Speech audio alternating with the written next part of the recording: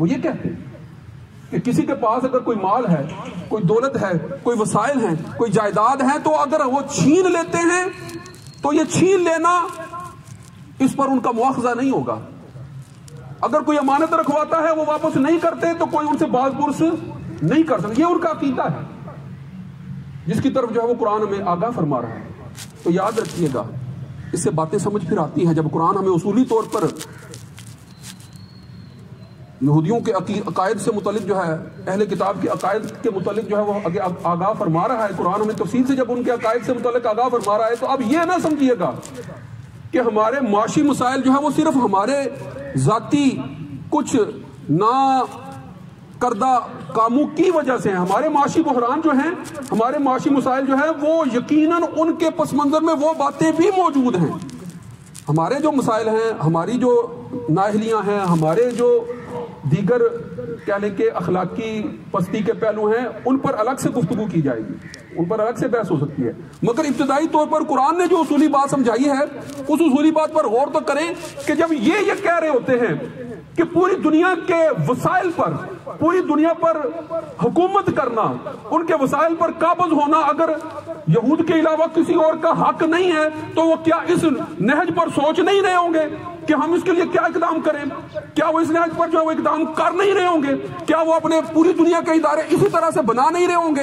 کیا پھر ان اداروں کو جو ہے وہ بالعموم امت مسلمہ کے خلاف ان کو اپنے شکنجے میں کرنے کے لیے استعمال نہیں کر رہے ہوں گے؟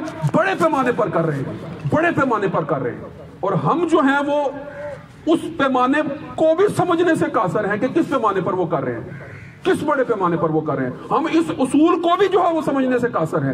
یہ ہمارا المیہ ہے کہ ہم بنیادی بات کو ان اصولوں کی روشنی سے سمجھ کر اس کے مطابق جو ہے وہ اپنی عملی زندگی بنانے کے قابل بھی نہیں ہے. اس وقت یہ ہمارا المیہ. تو ابھی صرف ایک اشارہ کیا ہے کہ اس وقت پوری دنیا جو معاشی بحران کا شکار ہے اور وسائل اگر چند ہاتھوں میں سمٹے ہوئے ہیں تو اس کے پیچھے جو ایک بڑی سوچ کار فرما ہے وہ یہ ہے.